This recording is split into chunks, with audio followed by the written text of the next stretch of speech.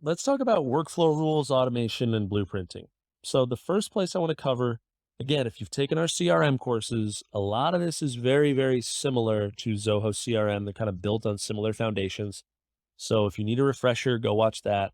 But if you haven't seen CRM courses or you don't use Zoho CRM, this still can be useful for you and you don't need to necessarily. But I'm going to start kind of from the perspective of someone coming from CRM to help you show you and navigate you through how Zoho Desk might be a little bit different. So before I do anything, one of the biggest confusing things that I encounter in Zoho Desk is people immediately think like a CRM brain, hey, I want a notification to go to, I want to send an email when a specific type of ticket triggers or when I receive a reply or whatever. The first thing to be cognizant of is that in settings and notify under automation, Zoho Desk is unique in that it has almost an inbuilt layer of workflow rules that are already created, that already have email templates created for them, that you just get to choose whether to turn them on or off. And these fit a lot of use cases that a lot of people think immediately to build in Zoho Desk. And what ends up happening is you have redundancies, right? You build it as a custom workflow rule, but it already existed here. As an example, if you want an email to go to your contact or submits a ticket that says, hey, we received your ticket, someone's working on it.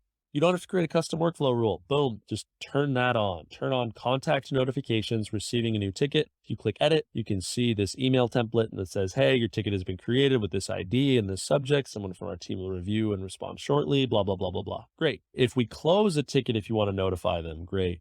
If you want agents to receive a notification saying, hey, you've been assigned a ticket or someone's replied to your ticket or a comment was added or edited or you were mentioned in a ticket, or something like that. If you want to assign teams and say, hey, email both members of the team when comments are made or edited, or they've been assigned a ticket, stuff like that. These are often people's first things that they think about when wanting to create workflow rules, and they just already exist. Do them from here, settings and notify. Don't bother with a custom workflow. So if that was your goal, was triggering different email notifications for different events, this will solve that problem. If you have other more complicated automation goals or are just curious, watch the next videos. This is the notify stuff is the most basic layer of desk notifications. Let's walk through a more complicated notification idea. Let's say that what you want to have happen is you want when a new ticket is received from a certain customer, it will create an estimate in Zoho Books. Let's just throw that example out there. It'll automatically create and send an estimate from Zoho Books, something like that. That's not handled under Notify. That happens under the tool of workflow rules, which again should be very, very familiar to you. So let's create a sample workflow rule. We're going to say books estimate creation in the tickets module, and we're going to say only do it when a ticket is created. But you can see there's a lot of these interesting triggers that I don't see implemented super often, but they can make sense. Edit and field update as always exist. Custom reply is really interesting. Agent response, comments. Happiness rating is a kind of a cool one where if someone indicates they're either happy or unhappy, you can trigger something, whatever. Then we can do criteria. In this case, we are going to say that the email on the ticket has to contain, and we'll say that it's our biggest customers, utahjazz.com. This is kind of an unwieldy, there's maybe better ways of doing a client specific thing than just this, but this is one way of saying when Utah Jazz employees submit any tickets, we should create an estimate for them. Actually, you're not talking, but I can see you're like, that's a dumb criteria. So let's make it a little bit more specific. We'll say that the subject of the ticket should contain estimate required. Let's say that Jazz employees send us these tickets and they say estimate required. Okay, so what can we do? We are able to create alerts, which are just email notifications. Think of them that way from CRM, similar concept. So an alert is just an email notification action. Tasks, don't worry about that. I don't really do much in Desk with tasks. I think they are redundant to statuses. Field updates make sense. Custom function is probably where we're going to spend the most time here. We can add a custom function. And again, this is what I described. There's an inbuilt Deluge editor, and this is where we would start writing. Please watch our Deluge courses if none of this makes sense to you.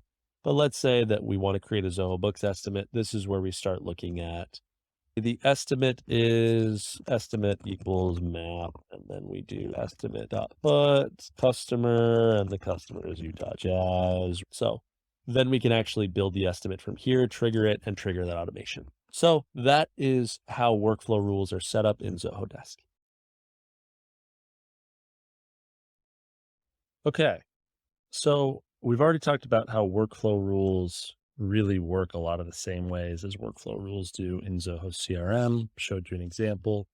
I do want to spend some time talking about supervised rules because these are very, very interesting. And again, I've seen a lot of people when setting up Zoho Desk try to like hack this out with workflow rules, not understanding that there's this whole special subsection of workflow rules that doesn't exist in any other Zoho application besides Zoho Desk. Really, a supervised rule is the same basic concept as a workflow rule, except you'll notice that the triggers are totally different. The triggers and filters that you can see. So you'll see simple stuff that you always see for triggers and filters like email, phone, subject, whatever. Okay. But this is the cool stuff. Hours since status updated, hours since closed, hours since reopened, hours since assigned, hours since requester responded, hours since agent responded, modified. You'll see that hours since on hold, the goal of the supervisor set of rules is to be able to ensure that you as a supervisor are able to monitor, okay, tickets are coming in. Are we getting back to people in a timely manner, right? That's the basic goal here versus another workflow rule is that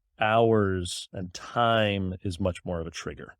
So as an example, let's say that we want to be notified anytime. Actually, I also need to show you the concept of business hours where you can basically say, okay, these are Monday through Friday, 9 to 5, right? And we'll call these through Friday, 9 to 6, I think that is. Okay. And you can also associate holiday lists. So what now is going to do when you create a supervised ticket, a rule, we're going to say tickets that have been sitting too long. And under business hours, we'll select Monday through Friday, 9 to 6. And then under criteria, we'll say hours. And we're going to say since. Let's go ahead and just do it as an example. Hours since created, and we're going to say is greater than 18. This means that it's been more than 2 business days since the ticket was created. And we'll say that the status is open or the status is on hold. And let's just double check. So it's going to be 1 and 2 or 3. And this now, these are the same exact things that you're able to do in other workflow rules. There aren't custom functions you can trigger here, but most often what people will do is put in like an email alert to the supervisor or something like that. Or in some cases at high ticket volumes, you can maybe update the ticket status to put it into a special like escalated to supervisor bucket where a supervisor has to take over. But you can now see that this is going to make sure that if tickets languish too long, the supervisor is going to be notified and that they'll be able to come to the employee and be like, what the heck's going on, right? So again, supervisor tools are essentially the same as any other workflow. It's just the concept of having these hours sense as really easy triggers. So hopefully that makes sense. I think that's fairly straightforward. I honestly wish I've told Zoho that they should just combine them all into one workflow module because it's a little less confusing. I think they're thinking about doing that, but we're not quite there yet. So for now, you have to kind of differentiate between all the different types of workflow rules. You'll notice that a lot of the things that I'm teaching have a lot of similarities with things taught in our Zoho CRM curriculum.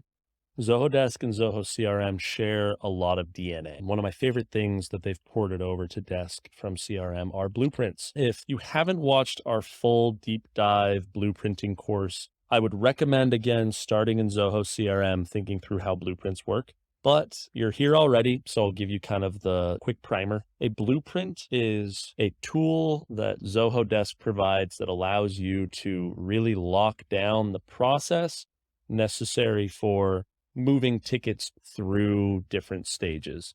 The goal of it is to make the jobs of your customer service reps simple so that they don't have to worry about remembering to click a bunch of buttons or update a bunch of fields or remember things. They just have everything boiled down to simplicity. Blueprints are accessible from settings. We'll build one together in a second, but I want to show you one that I've already built. Settings, blueprint. You can see I have a sample blueprint right here, and it looks like a flowchart, right? This is a flowchart. That's the best way to think about a blueprint. What this is doing is saying, okay, tickets start in the status of open, right?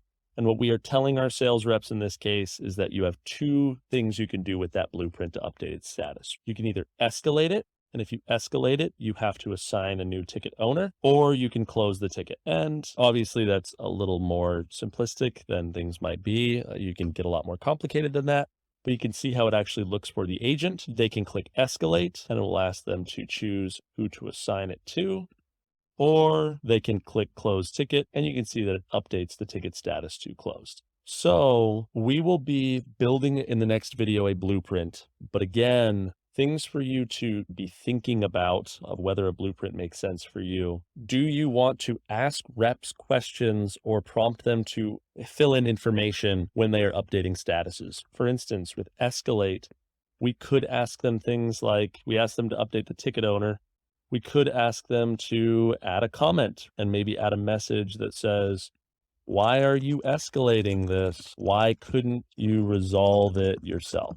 Maybe that's useful information. Maybe the person that they're escalating it to, it's really helpful to just prompt them immediately to say, okay, you're escalating this to me. Why? What do I need to be aware of? Is there anything I should be aware of? Stuff like that. You can ask them to update fields. You update the ticket owner. There's a lot of fields you could think to update. Update priority to say, hey, this is priority. Due date might be a good one to say, hey, we're updating the due date here. It might be useful. You could build the alert actually into the blueprint if you don't have a notification rule already set up where you can say, hey, we want to notify contact when a ticket is escalated. Okay, I don't think we have that, but you could build in a notification to say, hey, contact customer, just an FYI, this has been escalated to a manager and they should be getting back to you within 24 business hours. So you can actually trigger automation, send email to notify contact. There you are. So these are the things to think about with a blueprint. There's just kind of an example. We'll be building one together in the next video, but hopefully you start thinking that way. Again, if you're really interested in blueprinting, we have a much deeper dive into blueprinting as part of our Zoho CRM curriculum. Let's build a blueprint. You go to settings, under automation, blueprint. You can watch this video. You can perform. I really like sample transitions. This is a cool little tool. Lets you tinker with a blueprint with their kind of test. So that's fun. Maybe helps you get a little bit more used to the flow. But creating them is not hard, especially for this really, really simple use case that we're going to do. So we're going to create our first blueprint.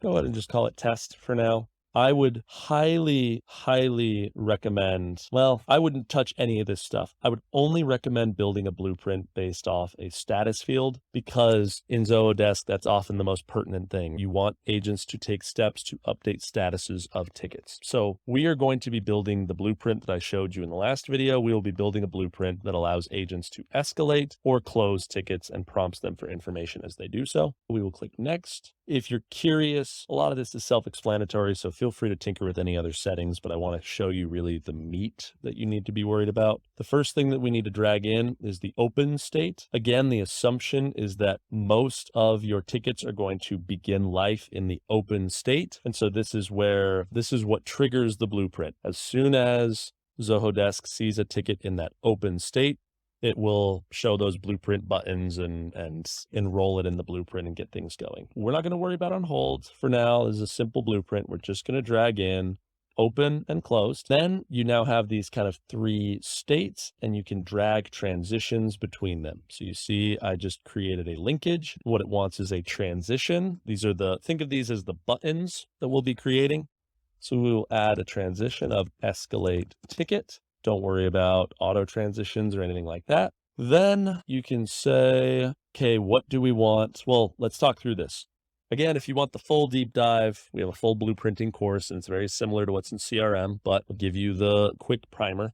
Before means who has access to the button. Just trust me and remove that record owner button. Essentially, what that means is that anyone who has access to the ticket will be able to trigger the transitions, which generally is what you want. You don't have to worry about criteria in this case, but theoretically you can filter who can see them. You can filter whether that transition will show based off ticket criteria, which you probably don't need to do. So that's the only thing that I recommend doing in your before setting. Your during setting is where a lot of the magic happens. Again, escalate ticket. The biggest thing that we want to know is who is the ticket escalated to. We will add the ticket owner as a field, and then we will add a message. In the message, we will say, who are you escalating the ticket to? And then the other thing that we settled on is that we would like a comment, and the comment, we'll add a comment and then another message, and we will say, why are you escalating the ticket? Why were you unable to resolve it yourself? What should we know in preparation for trying to help this customer? And now it'll prompt them to leave a comment that the new ticket owner will be able to review. Then we talked about it last time. I'll just go ahead and create it. We will create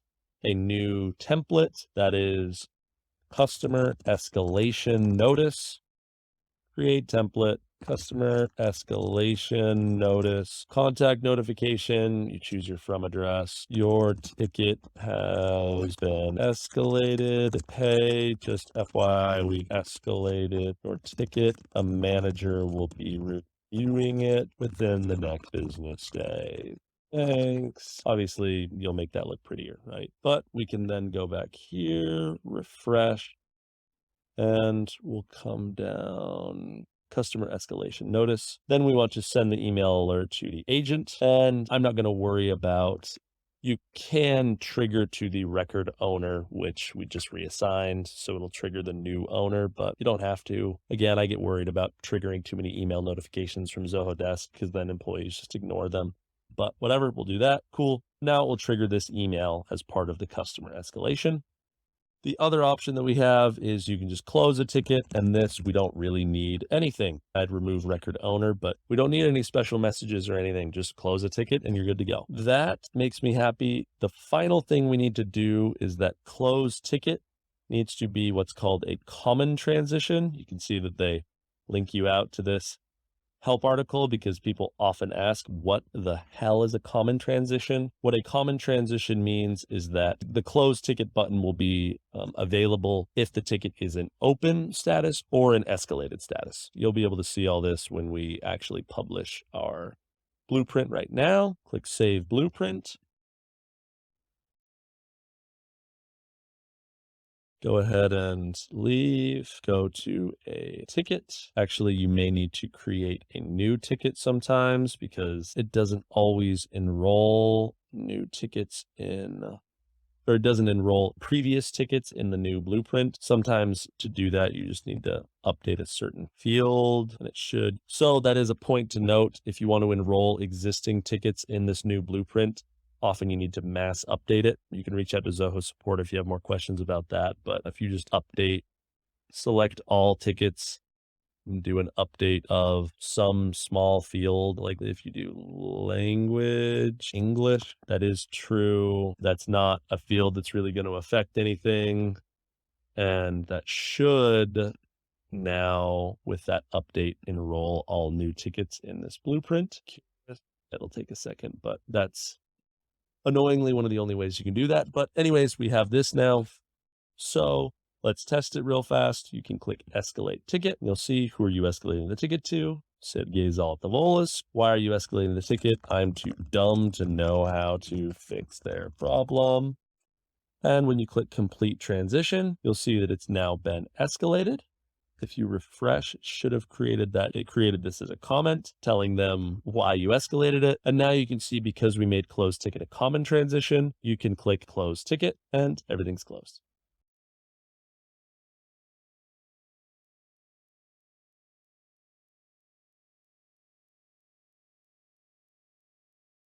Let's talk about customer portals. It's the last thing we're going to cover. There's a lot to cover and think about.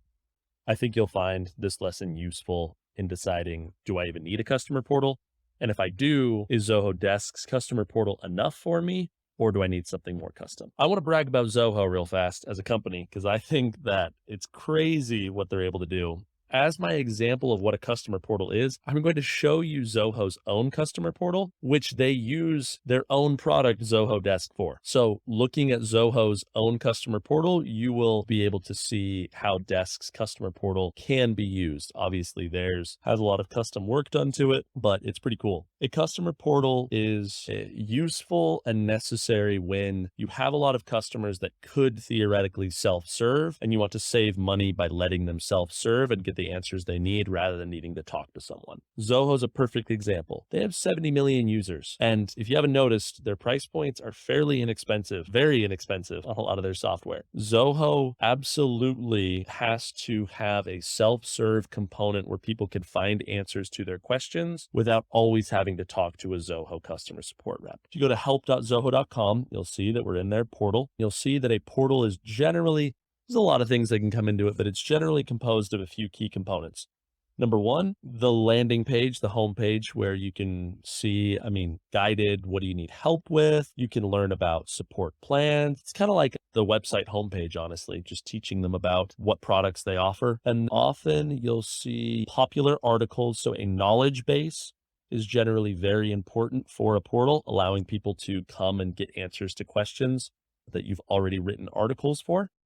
You'll often see something like this: talk to us, contact us, tweet at us, email, call, chat. Zoho also has a forum where you can build a community where people ask questions. You might not be big enough for a forum to make sense. And then this is the coup de grace. You often have the ability to submit tickets. So most portals give the ability for someone in a web form to come in and submit a ticket. You'll see Zoho Desk. It comes in and it asks you some questions. Where are you? I'm in America, in the US data center, and I'm asking questions about Zoho Desk. You can see they have departments set up for each of their Zoho products. Isn't that really interesting? It has me classify my ticket. Oh my goodness, that's just a little too complicated, Zoho. We'll say that I have questions about portal configuration. How can I make my customer portal? Isn't this cool? They bring in related articles. Oh, no, see, not that great because it brings in things for other Zoho app, but whatever, they bring in related knowledge base articles, trying to prompt you to teach yourself things, then you can submit the support request. So those are kind of the constituent components of a customer portal. In the next video, we'll talk more about what companies' customer portals make sense for. You might be able to guess a little bit. Companies like Zoho with 70 million users and free products and low price points where they want people to help themselves, but we'll talk more about that and I'll help you decide, do you need a customer portal? Okay, you do. Okay, is Zoho Desk's portal good enough for you? Or are you imagining something that's a lot more robust that Desk can't provide? So we'll talk more about that. Let's talk about it. Is a customer portal overkill for you? Some of these questions that I'm going to be asking you are very, very similar to the questions at the beginning of the lesson about whether Zoho Desk was overkill for you. It's just even more on steroids, right? There's no purpose to investing in a big customer portal if no one actually is going to use it. I learned that lesson myself. I built one and it turned out that we maybe only had like 8 people that could have used it and only one of them did. So it's like, okay, that can just be handled over email or in Zoho Desk without a portal. So let's talk about it. Questions to ask yourself. Do you get a ton of web traffic? Are there often customers visiting where having a portal where they can ask questions, view knowledge base articles, maybe post in a forum is something that people will actually do? Or if you, like me, I had maybe 100 people coming to my site a month at the time. We were a specialized Zoho consulting agency. No one was going to find and use a portal, right? Whereas Zoho, in the example we showed in the last video, they have tens of millions of hits a month. And it's so valuable to be able to give people somewhere they can go and get answers without having to talk to anyone. Question 2, are you overwhelmed with support requests that customers could be handling themselves? This gets at the concept of return on investment. If you are paying people to respond to requests that are generally the same request over and over, then in a lot of ways, there's value in saving that time by asking people to go get answers first before they can submit requests on your site. Hey, go check out the knowledge base or something like that. Then finally, do your tickets get submitted often via web form or email? I say that because if they do, it means your customers are already kind of trained to go onto their computers to get support. It's somewhat easier to train them, hey, first go to a customer portal, check it out, get your answer, and then go from there. Whereas if people are always calling in, it's a little bit harder to train them to, instead of call, go to a computer, right? So these are some things to think about. There are other questions you might have. Feel free to drop us a line if you're really, even after this video, unsure of whether this is going to be overkill for you. On the flip side of the question, I have seen multiple times customers come back and say, okay, we planned on rolling out our customer portal and started building it in Zoho Desk, only to realize, crap, it doesn't even close to have as much functionality as we thought that it did. Definitely worth considering the converse question. Is it not enough? We will, in the next video, show a demo of the customer portal and what features are available, but just right off the bat, things to think about. If you want customers to be able to use the portal for lots of other things besides getting answers to questions, viewing knowledge base articles, submitting tickets, or posting in a forum, then you might not be able to make the Zoho Desk customer portal work. As an example, if you want them to be able to view subscriptions, estimates, invoices, purchase orders, finance type transactions, then nope, Desk portal doesn't do it. If you want them to be able to view projects portals, if you want them to view shared work drive folders, CRM details, if you have anything custom, for instance, you're currently logged into our customer portal while you're watching this video. We gate access to courses by people who have a user account. Anything else that is in your dream for what you want your customers to be able to do self-serve, Zoho Desk is generally not a good fit for those things. It is a support portal. It's something Zoho's been justifiably criticized about, is that many of their applications have these portals that don't all link together. In the next video, we will show you what the Desk portal is capable of. So go ahead and watch that. But if you have an inkling that your portal needs to be a lot more robust than just what Zoho Desk can provide, I will be in the next video after that showing you an example of a tool that another Zoho partner built that gives you the ability to make much, much more robust customer portals. And then the next video after that, if you're starting to worry whether Desk's portal will be able to give you what you want. To start tinkering with the Zoho Desk portal and Help Center, you just go to Setup. Under Channels, you go to Help Center. And I'm not going to go completely into all the details of how to handle this. You'll see there's a lot. There's branding for it, access settings. We'll look at customization, SSO and user authentication, SEO. There's a lot to cover here.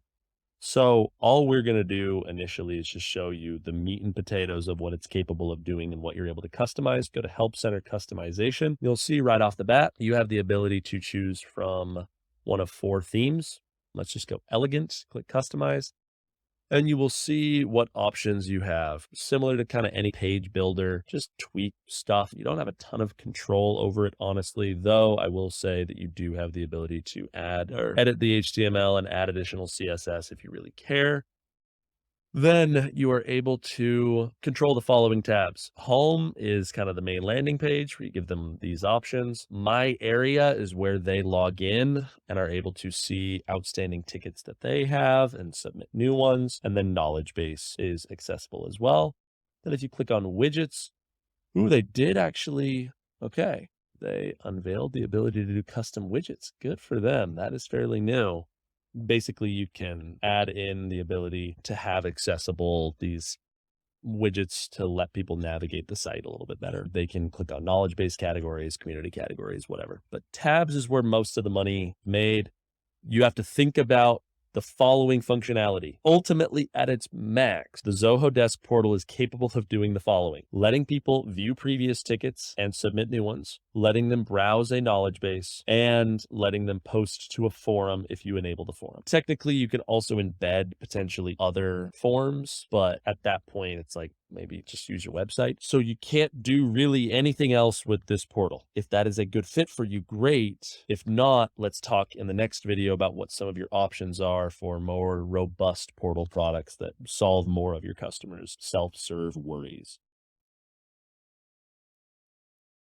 I would be remiss if I didn't show you one of my favorite third-party Zoho applications by a partner that I really trust. And Z Portals is a tool that allows you to build a much, much, much more robust, integrated one-stop shop Zoho customer portal. It is currently built out of WordPress. So a few things to consider as you're wondering whether this might make sense for you. Number one, go watch one of their webinars or demos, or they're really easy to talk to and they're great. Number two, you need to be on WordPress. Either you are already on WordPress or you can create a WordPress instance, which is pretty easy to set up, and then install the customer portal and then have it be like a subdomain of your main website, be your customer portal built on WordPress. There's a few ways to think about it. Number two, it does cost extra money. It's not too much. They have a free trial and then you can get up and going for $49 a month. But it's not too cost prohibitive. And if you're at the scale or customer portal makes sense, then this is a steal of a deal for their software. Finally, I want to quickly walk through what it looks like. We're talking about additional use cases that you're trying to build. First off, in WordPress, you have the flexibility of building almost any non-Zoho piece or chunk that you want to add in. For instance, courses. We've built our entire site is run on WordPress, right? So we've built in the ability to have your customer portal login be tied to your course access. Okay, great. But if we want to build on that with Zoho pieces, we look at Z portals for being able to integrate some of your CRM data in here. This is great for kind of custom info that you want people to be able to see. Zoho subscriptions, if you run that, being able to show people the status of their subscriptions. Zoho Vault, being able to make it easy to share passwords. Zoho Desk, obviously, you can replicate all the functionality I showed you in the portal. Zoho Books is a huge one, being able to show them retainer balances, estimates, invoices to pay, let them pay online, etc. Zoho Sign, make it really easy for them to see documents that they need to sign and keep track of contracts they've signed with you. WorkDrive to have shared file folders, literally anything else WordPress can do. That's the other pitch of a tool like Z Portals, is that it handles the Zoho side and then WordPress handles pretty much anything else you can imagine in terms of feature and functionality. Will require some custom dev work, but WordPress is just uber flexible. If this is kind of what you are thinking of what you want your portal to be capable of doing, is just being far more robust than what Zoho Desk has to offer, I would absolutely recommend looking at Z Portals. We have a link in below this video where you can link to their tool and learn more about it. So there you go.